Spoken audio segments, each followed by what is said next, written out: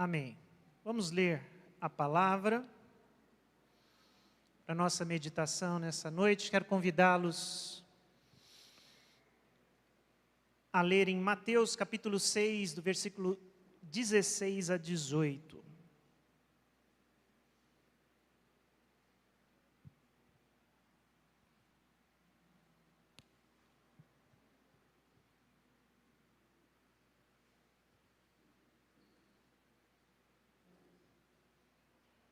Mateus capítulo 6,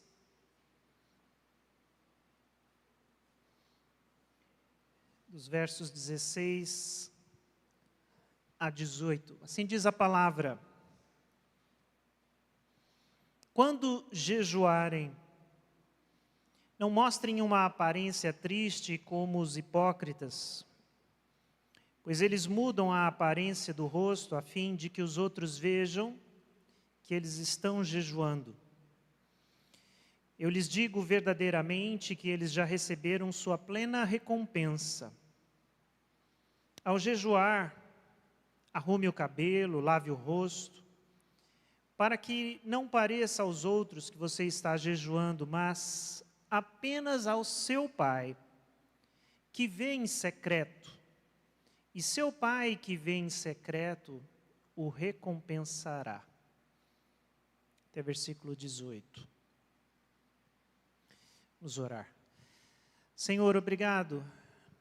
Mais uma vez eu quero agradecer por esse tempo precioso que o Senhor nos dá, pelo culto, pelo encontro, a comunhão, o desfrutar da Tua presença, e agradecemos de uma forma muito especial pela palavra, pela Tua palavra, que é palavra viva, que vem nos preencher, nos alimentar, nos edificar. Nós te louvamos, te agradecemos, no nome de Jesus. Amém. Amém, queridos. Hoje eu vou falar um pouco com os irmãos a respeito da prática do jejum. E por que isso dentro de um contexto, uma temática. Nós estamos nesses últimos domingos visitando as práticas devocionais praticadas pela Igreja de Cristo ao longo dos séculos. Quais são as práticas devocionais? Quais são os exercícios devocionais? Quais são as formas práticas que o povo de Deus buscou desenvolver sua espiritualidade, buscou a Deus, expressou a devoção, né, dentro de si, dentro daquilo que eles entendiam ser a fé cristã.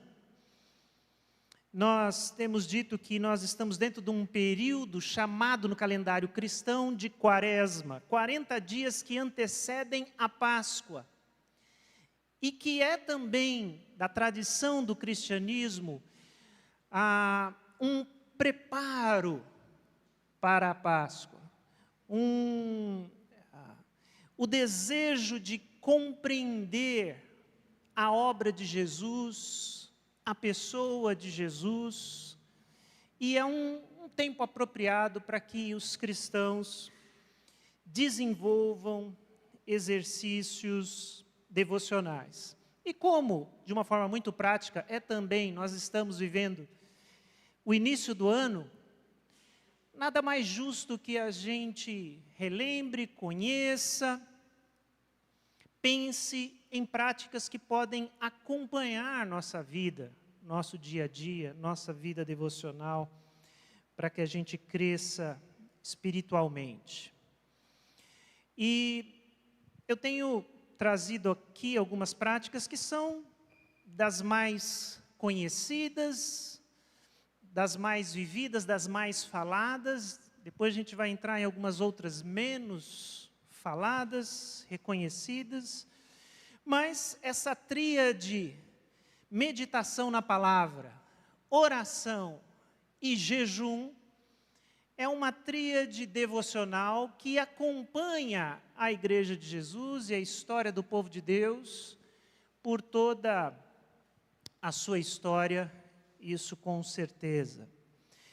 Mas nós temos algumas coisas importantes para perguntar e compartilhar, porque acredito que das práticas devocionais, talvez o jejum seja a menos compreendida ou talvez a mais mal compreendida de todas as práticas devocionais dos cristãos.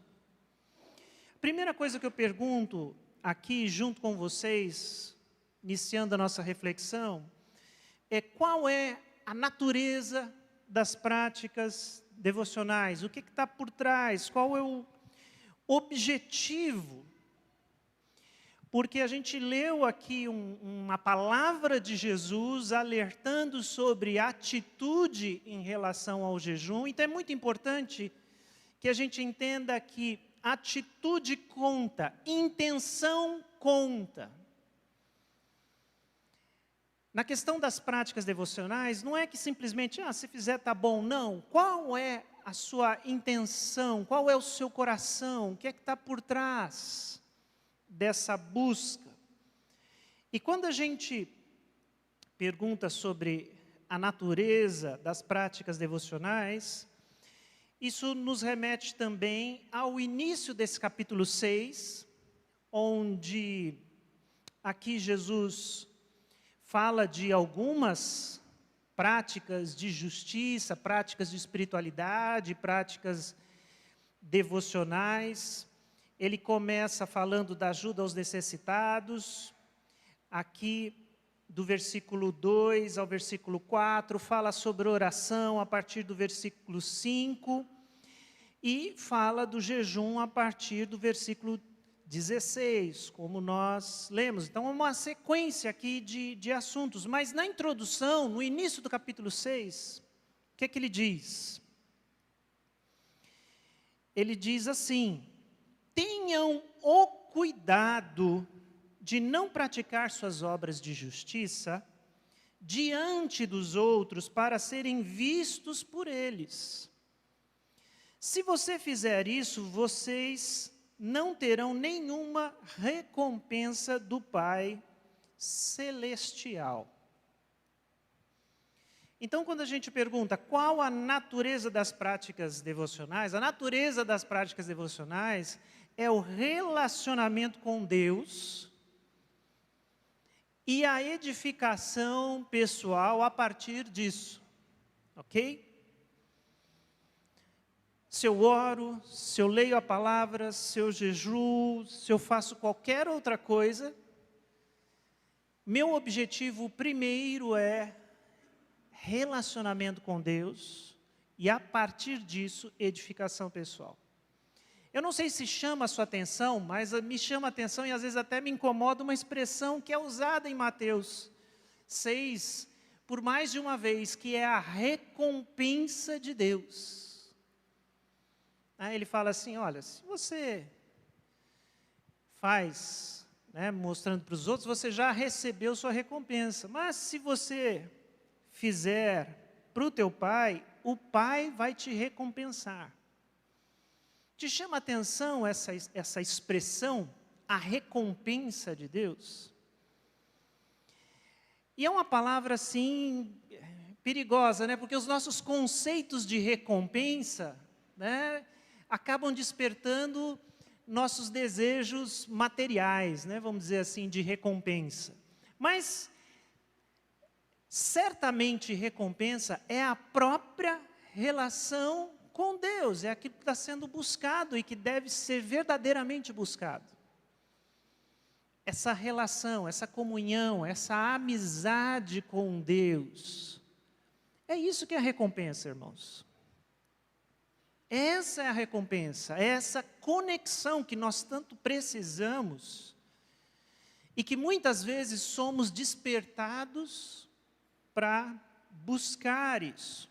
Então, dito isso, o que Jesus está alertando aqui é que Não é parte da natureza da prática devocional, do exercício devocional, a publicidade.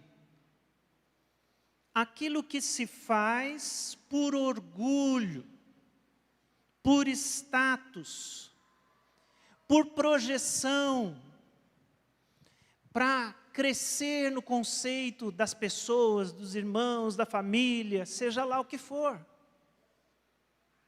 Veja que Jesus, ele usa um tempo considerável para falar sobre isso. Quando ele fala sobre esmolas, ele fala sobre isso, que a tua mão, que a direita não veja o que a esquerda faz, vice-versa. Quando ele fala sobre oração, ele fala sobre isso. E quando ele fala sobre jejum, ele volta a falar sobre isso, ou seja, é uma coisa importante aqui. Qual é o ponto de partida do coração? Quando lemos a Bíblia, quando oramos, quando jejuamos, ou quando fazemos qualquer coisa, quando vimos a igreja, quando ofertamos o que está no nosso coração. E Jesus é muito claro que publicidade, pessoal, orgulho, status, não é a razão. Cuidado, tire isso da sua vida. Então, esse é um ponto que a gente tem que colocar logo de saída aqui, porque é o que Jesus chama a atenção. Mas eu acho que é muito importante a gente olhar com carinho essa prática do povo de Deus, o jejum, e primeiro entendê-la no seu contexto bíblico. Eu vou fazer isso aqui com vocês, olhando principalmente dois contextos muito importantes para nós, o contexto do Antigo Testamento e o contexto do Novo Testamento. Por que o povo de Deus jejuava dentro daquilo que a gente encontra no Antigo Testamento e por que o povo de Deus jejuava quando a gente olha para o Novo Testamento? Bom, vamos lá. Eu escolhi um texto aqui do Antigo Testamento que representa os outros, né? O nosso tempo aqui não permite um estudo exaustivo, então é só para a gente entender o conceito, que é Jonas, livro do profeta Jonas, capítulo 3, versículo 4 e versículo 10. Aqui a gente tem jejum, aqui a gente tem um exercício de espiritualidade e vamos olhar aqui o que está por trás desse exercício e entender. Bom, o texto diz assim, lá em Jonas, capítulo 3, a partir do versículo 4. Jonas entrou na cidade e a percorreu durante um dia, proclamando: daqui a 40 dias Nínive será destruída. Os ninivitas creram em Deus, proclamaram jejum, e todos eles, do maior ao menor, vestiram-se de pano de saco. Quando as notícias chegaram ao rei de Nínive, ele se levantou do trono, tirou o manto real, vestiu-se de pano de saco e sentou-se sobre a cinza. Então, fez uma proclamação em Nínive: por decreto do rei e de seus nobres, não é permitido a nenhum homem ou animal, bois ou ovelhas, provar coisa alguma. Não comam, não bebam. Cubram-se de pano de saco, homens e animais, e todos clamem a Deus com todas as suas forças, deixem seus maus caminhos e a violência, talvez Deus se arrependa e abandone a sua ira, e não sejamos destruídos. Verso 10. Deus viu o que eles fizeram e como abandonaram os seus maus caminhos. Então Deus se arrependeu e não os destruiu como tinha ameaçado. Até o versículo 10. Quando a gente fez aqui uma série, um estudo sobre avivamento, eu trouxe o texto de Nínive, porque eu acredito que a experiência de Nínive, nos tempos de Jonas, é o relato de um dos maiores avivamentos que nós temos na Bíblia e na história do povo de Deus. Quando a gente procura características de um verdadeiro avivamento, aqui a gente tem uma característica importantíssima. Que o verdadeiro avivamento traz quebrantamento, traz arrependimento, traz consciência de pecado, traz vontade e necessidade de mudança, de transformação. E eu falo que foi um avivamento porque envolveu uma nação, um povo, pessoas, uma cidade que não era do povo de Deus. Mas que recebeu um profeta, recebeu uma mensagem e creram. E alguma coisa aconteceu, movida pelo Espírito, e eles se arrependeram, e aí assim diz a narrativa. Eles tomaram uma atitude que demonstrasse esse arrependimento, e no final está lá, Deus viu que eles mudaram, que eles se arrependeram, e Deus decidiu não destruir Nínive. Agora eu chamo a atenção do jejum nesse contexto. O povo entendeu que era um tempo para jejuar, e assim o fizeram, e o rei também entendeu, e o rei reforçou isso, e trouxe como decreto, todos nós vamos jejuar, e não só isso, nós vamos buscar a Deus, nós vamos clamar, nós vamos pedir pela sua misericórdia. Então, queridos, no Antigo Testamento, há esse importante contexto para o jejum, que é o contexto do arrependimento. Você, lendo o Antigo Testamento, você vai ver essas expressões, esses episódios, em várias situações em que isso é cultural, isso é daquele tempo, junto com o jejum havia o arrependimento e havia essa questão de rasgar as vestes ou se vestir com vestes de panos de saco, que eram vestes de humilhação. Então, o jejum tem a ver com humilhação, tá? Nesse contexto, aqui claramente no Antigo Testamento, aquele povo entendeu que se ele conseguisse mostrar a Deus a sua humilhação, ou seja, que eles entenderam sua arrogância, a maldição que estava sobre eles, talvez Deus não os destruísse, e foi exatamente o que aconteceu.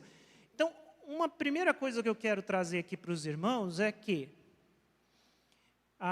o jejum na Bíblia, e de uma maneira muito especial no Antigo Testamento, é sinal de humilhação. E nunca de orgulho. Então veja onde ressoam as palavras de Jesus. Não faz nenhum sentido, a partir do ponto de vista bíblico, e em especial do Antigo Testamento, qualquer orgulho em relação ao jejum, porque jejum significa, é um ato de humilhação. Okay? Esse é um sentido. Mas outros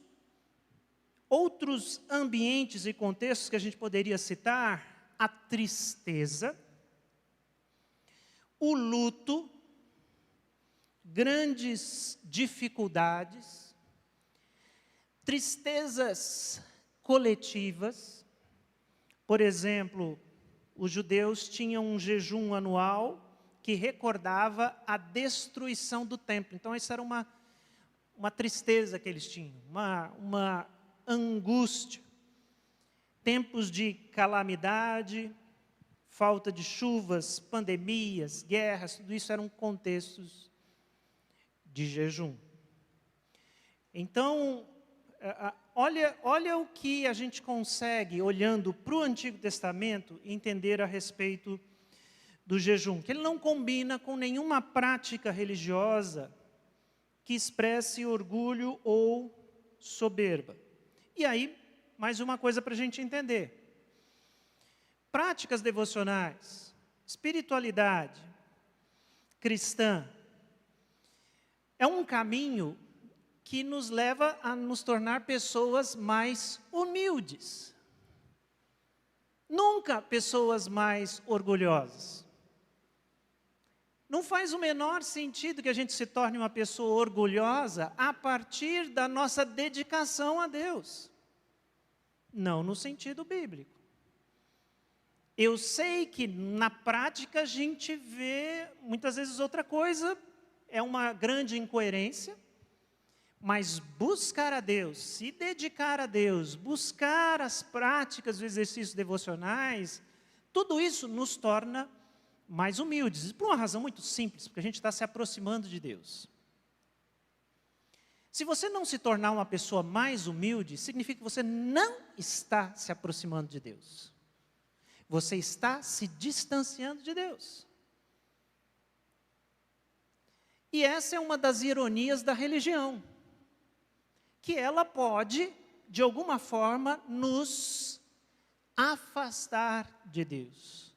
Mas se nos aproximamos de Deus, nos tornamos pessoas, sim, mais humildes.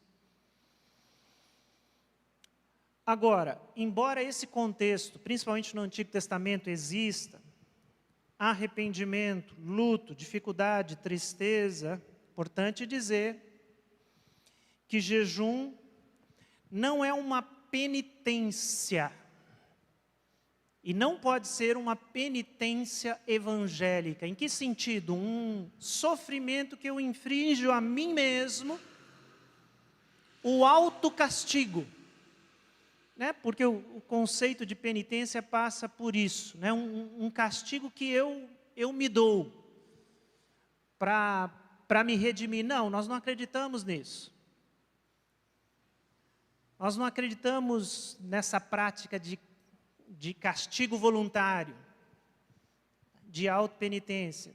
Então, muito cuidado, por isso que jejum está num terreno escorregadio da espiritualidade, porque a gente pode descambar para coisas que não refletem a espiritualidade cristã. Pois bem, qual o contexto do jejum no Novo Testamento? A gente começa, claro, com Jesus. E em Mateus 4, nós temos um episódio importantíssimo na vida de Jesus, que, sim, é um momento inspirador dentro dessa época que nós chamamos Quaresma, porque Jesus praticou um jejum, um afastamento e um retiro de 40 dias. Então é alguma coisa que está dentro da memória e da atenção dos discípulos de Jesus. E Mateus 4, versículos 1 e 2 diz assim: Então Jesus foi levado pelo Espírito ao deserto para ser tentado pelo diabo. Depois de jejuar 40 dias e 40 noites, teve fome. Qual o contexto do jejum de Jesus? Eu diria que é preparo espiritual e enfrentamento do mal. O jejum de Jesus nos inspira, e ele está dentro de um contexto que nos ensina a respeito do preparo espiritual e do enfrentamento do mal. A consciência que Jesus tinha naquele momento, e esse jejum, esse retiro de Jesus acontece no início do seu ministério, no momento em que ele tem consciência, tem o sinal verde de Deus, é agora. agora é para valer, agora é aquele tempo onde você vai se revelar como filho de Deus, vai conviver com os apóstolos, vai curar, vai pregar, é agora. Eu fico imaginando, né, Jesus, claro, durante toda a sua vida sendo preparado, mas ele estava diante desse momento. Agora ele ia cumprir a missão para a qual ele veio. E esse retiro que ele faz serve exatamente para essa comunhão com o Pai, esse tempo de oração, de fortalecimento e também de enfrentamento do mal. A gente tem que agradecer a Deus pela revelação, pelos evangelhos, que a gente tem esse capítulo, esse episódio, a tentação de Jesus, o diabo tentando tirar Jesus do seu caminho. Está aqui em detalhes para nós. Isso é bom, isso é muito importante. E isso mostra que, na consciência daquele que está no reino, do discípulo de Jesus, há a necessidade de se preparar espiritualmente. Para o quê? Para a missão. Então eu vou dizer uma coisa, guarde isso. O Novo Testamento nos ensina que o contexto para o jejum tem dois aspectos. O preparo para a missão e o enfrentamento do mal. O preparo para a missão e o enfrentamento do mal. Se você não tem missão, não se sente chamado, vocacionado, reino de Deus para você é céu, e isso acontece depois que você morre.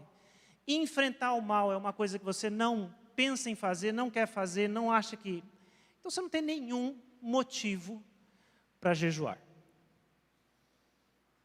Porque o jejum no Novo Testamento tem a ver com um contexto de missão, vocação, participar do reino de Deus aqui na terra, viver, fazer e pregar a vontade de Deus e enfrentar o mal, enfrentar o maligno que não quer que a gente participe da missão, né? Seja igreja, seja missionário, leve o evangelho, leve a luz de Cristo.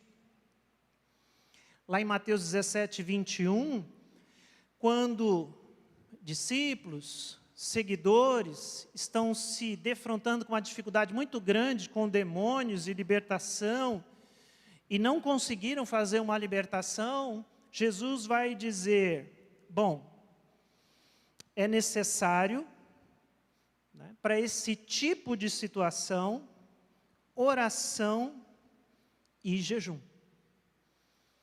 Ou seja, novamente, tem a ver com enfrentamento do mal e tem a ver com missão, fortalecimento na fé.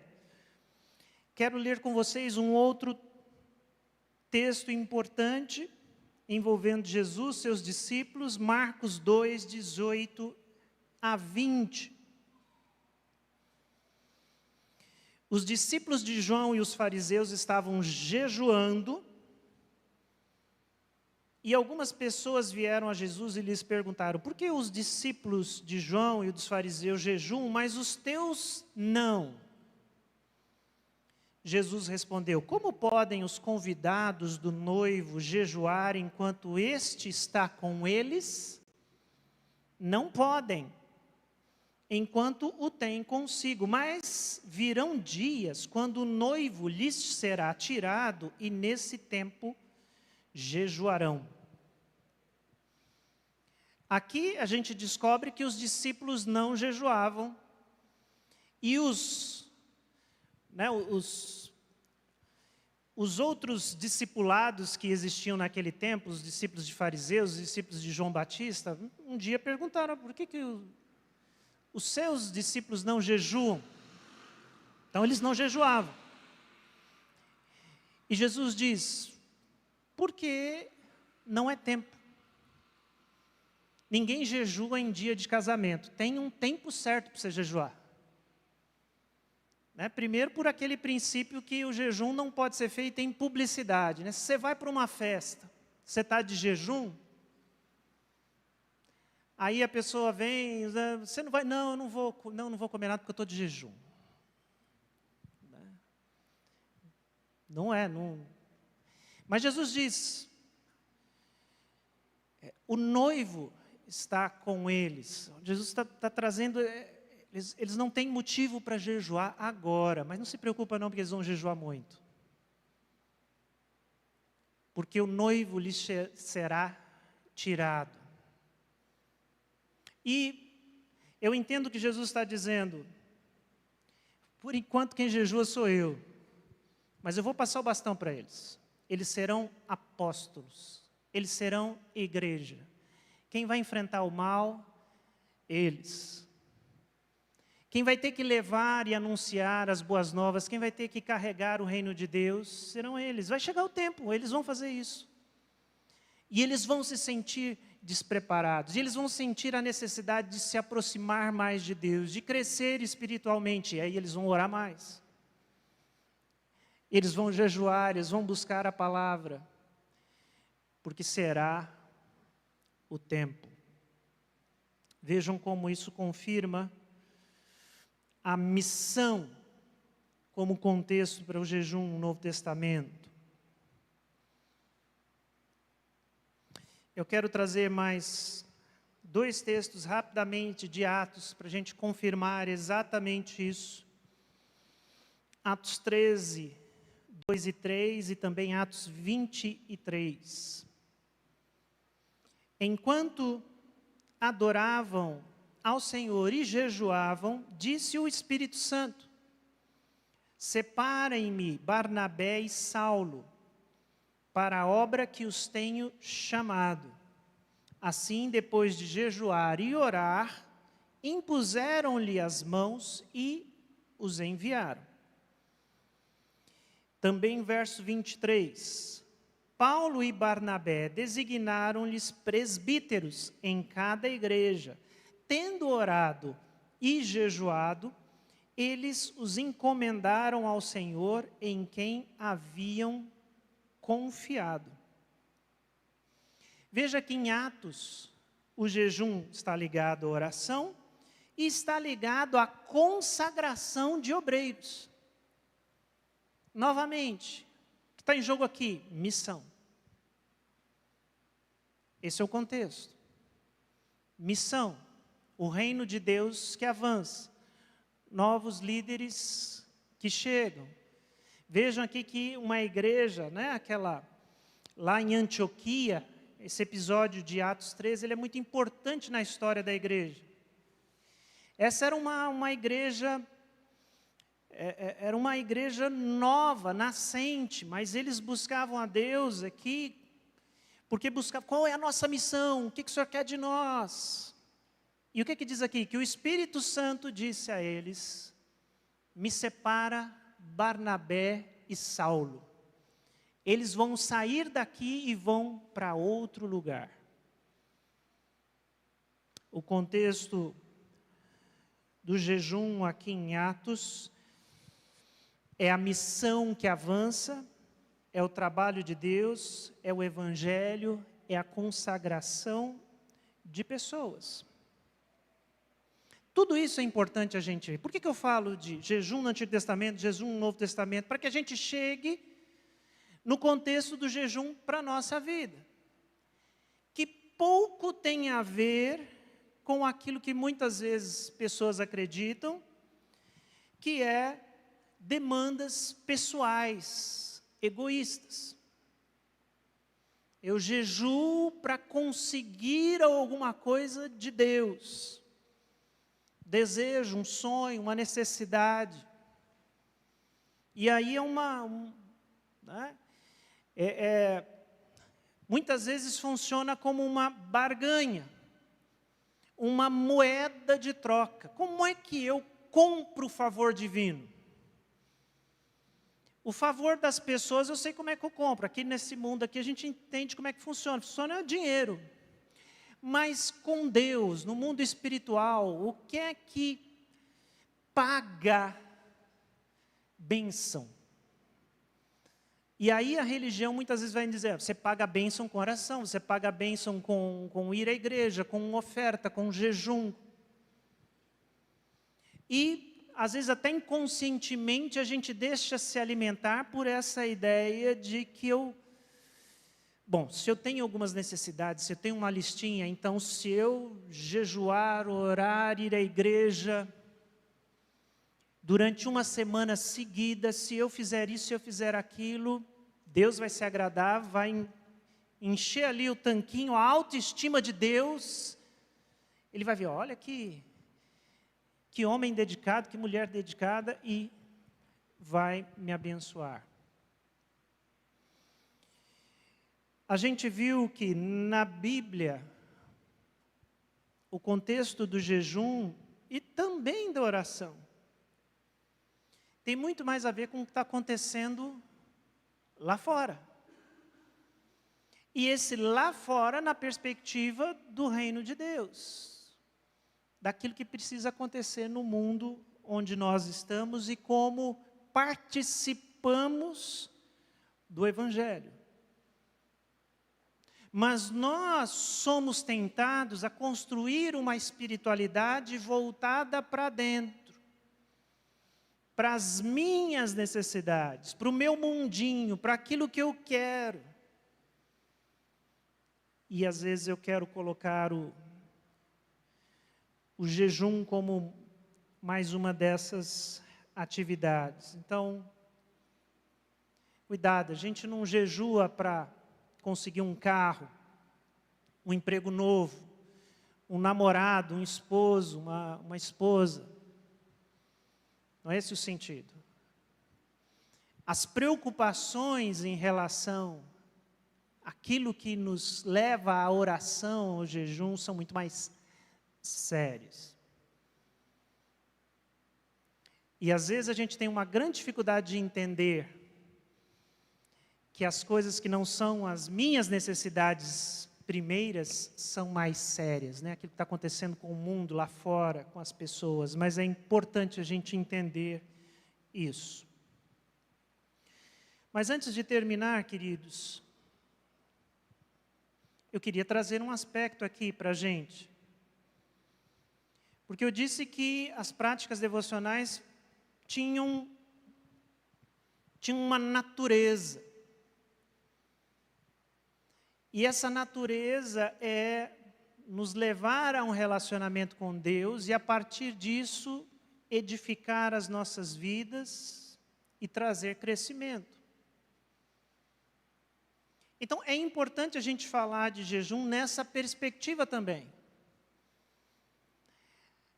Aqui a gente viu que a palavra de Deus sempre nos leva a levantar nossa cabeça e olhar para fora, para o que está acontecendo à nossa volta, para o mundo. Isso nos leva à oração, isso nos leva ao jejum, à missão, o enfrentamento do mal. Mas há sim a questão nossa, né, de edificação pessoal, sim, existe. Ela está presente em todo e qualquer exercício devocional que a gente faça, e o jejum também. Mas é necessário entendê-lo. E eu quero trazer como exemplo o jejum de Jesus, esse de Mateus 4, e esse momento específico que ele é levado à tentação. Leia comigo aqui. Então Jesus foi levado pelo Espírito Santo ao deserto para ser tentado pelo diabo. Depois de jejuar 40 dias e 40 noites teve fome. O tentador aproximou-se dele e disse: se você é o Filho de Deus, mande que essas pedras se transformem em pães. E Jesus respondeu: está escrito, nem só de pão viverá o homem, mas de toda a palavra que procede da boca de Deus. aqui a palavra de Deus é muito clara que Jesus estava no seu limite, extremamente cansado, exausto, com fome. E provavelmente não é uma fome que eu e você já tivemos essa experiência, de ficar algumas horinhas sem comer. Isso aqui devia ser fome, uma fome que a gente não sabe o que é. Né? Aquela fome onde o seu corpo começa a comer o seu corpo. O limite.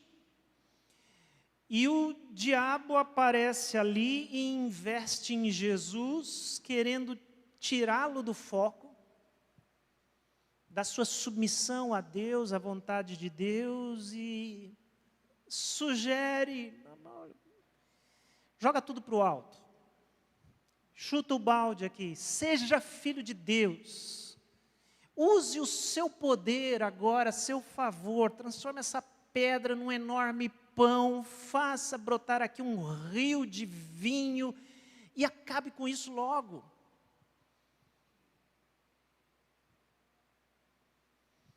E Jesus disse: não. Não é só a comida que alimenta o meu corpo, que alimenta a minha vida, mas é a palavra e a companhia do meu Pai. Isso é suficiente para mim agora. Irmãos, o jejum é uma forma de dizer a mim mesmo: eu preciso de Deus e da palavra de Deus mais do que eu preciso de comida. Vou repetir. O jejum é uma forma de eu dizer a mim mesmo: eu preciso de Deus e eu preciso da palavra de Deus mais do que eu preciso de comida. E dizer isso a mim, isso é uma coisa muito importante, porque mexer com comida, mexer com essa parte essencial nossa, né? A gente até consegue ficar sem um conforto, outro, tira uma coisinha aqui e ali, a gente tá, mas não tira a nossa comida. Porque é o básico dos básicos, né? E olha qual é a natureza do jejum espiritual, bíblico. É quando eu entendo e eu quero me conscientizar espiritualmente que a comunhão com Deus, o relacionamento com Deus, a palavra de Deus, é mais importante, eu preciso mais, é mais profundo do que a minha necessidade por comida.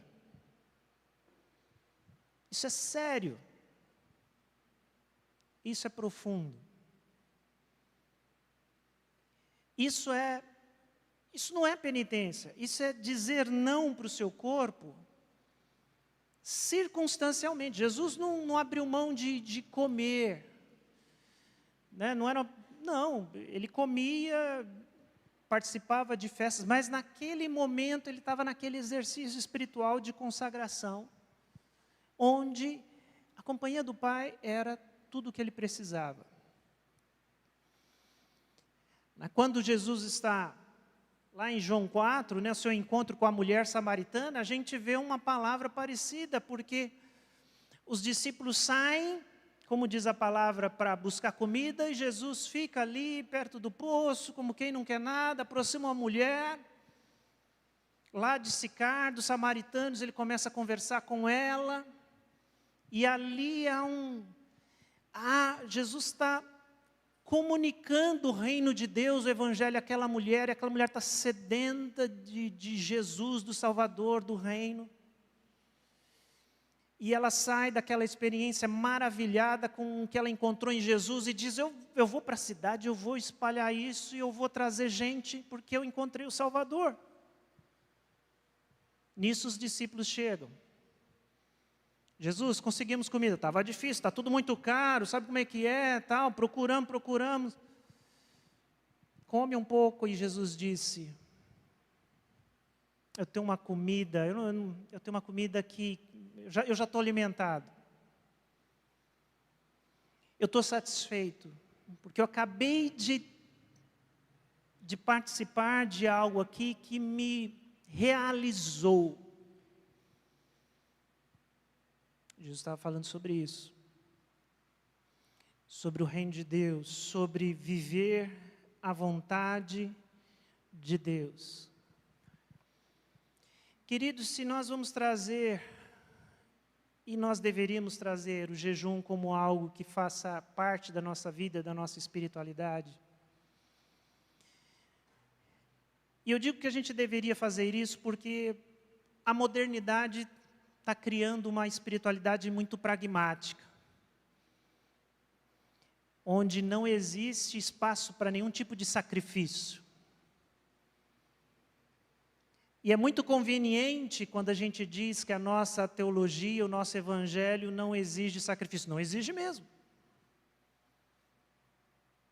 Jesus, Deus, nunca vai pedir para você jejuar, para você ser salvo. Se você morrer sem fazer um jejum na sua vida, isso não vai alterar a sua salvação.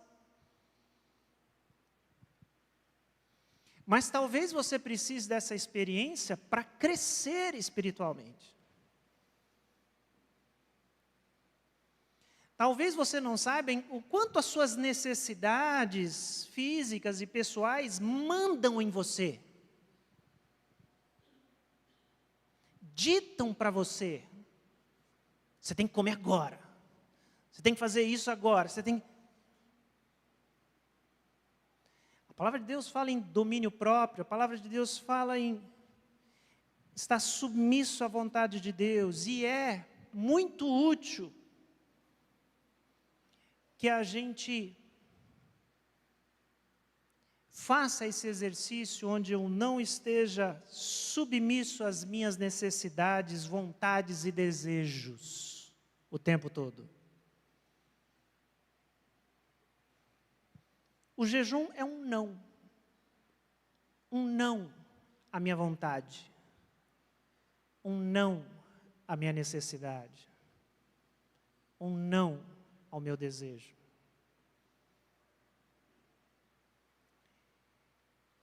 Se Jesus lá na frente, num momento crucial da sua vida, no momento da cruz, no momento do Getsemane, teve forças para dizer: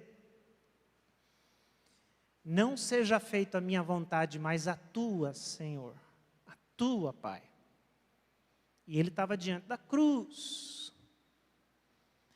É porque ao longo da sua vida, esse Jesus se preparou nessa submissão e aprendeu a dizer não. Existe lugar para um não na sua vida? E não um não de Deus, ou um não das pessoas, da sociedade, da sua família, porque essas pessoas fazem, né? Mas esse não voluntário. Eu quero, mas não. Eu preciso, mas não. O que isso pode me ensinar a respeito de mim mesmo? Talvez isso até ensine que eu tenho zero domínio próprio. Zero disciplina sobre as minhas necessidades. E aí, o que eu vou fazer? Eu vou orar sobre isso, eu vou buscar a Deus. Porque, irmãos, Jesus viveu isso. É como eu tenho falado, a Quaresma é esse tempo que a gente olha para Jesus e vê o que Ele foi no nosso lugar.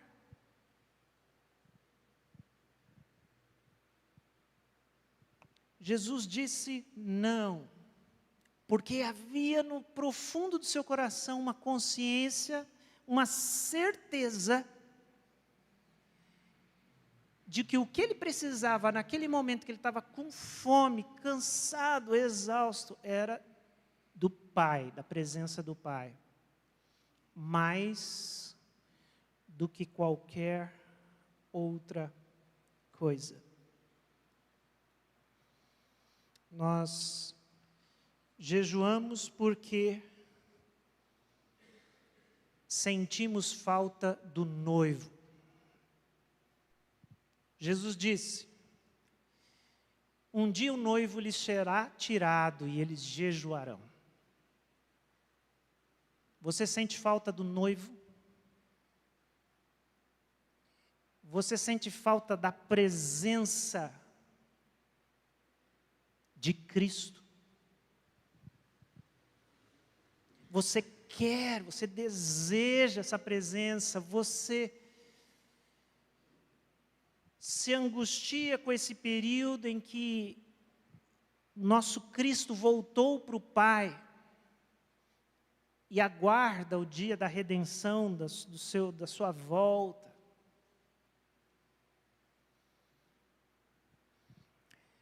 Se você sente falta do noivo, você vai jejuar, porque você deseja a sua presença. É uma santa angústia de querer mais da presença de Deus, de enfrentar a nossa mortalidade, a nossa fraqueza, as nossas limitações, mas se alimentar daquilo que vem de Deus para nós, da palavra dEle, do seu Espírito. Amém, irmãos? Vamos orar mais uma vez? Baixe sua cabeça.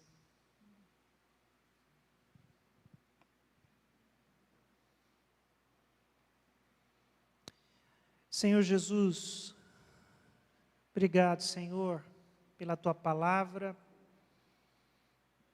pelo testemunho dos Teus filhos, servos e servas, que foram registrados aqui na palavra de Deus para que a gente aprenda a ser povo de Deus. Obrigado porque, como povo de Deus, a gente tem aprendido as práticas, as disciplinas, os exercícios devocionais daqueles que te buscam,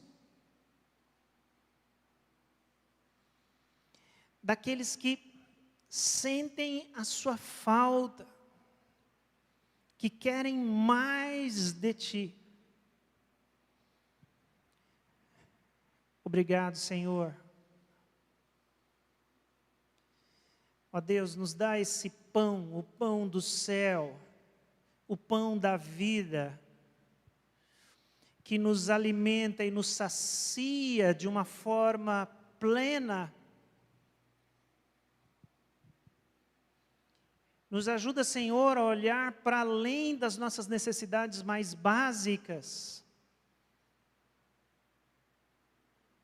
e desejar e buscar aquilo que nós só encontramos em Ti.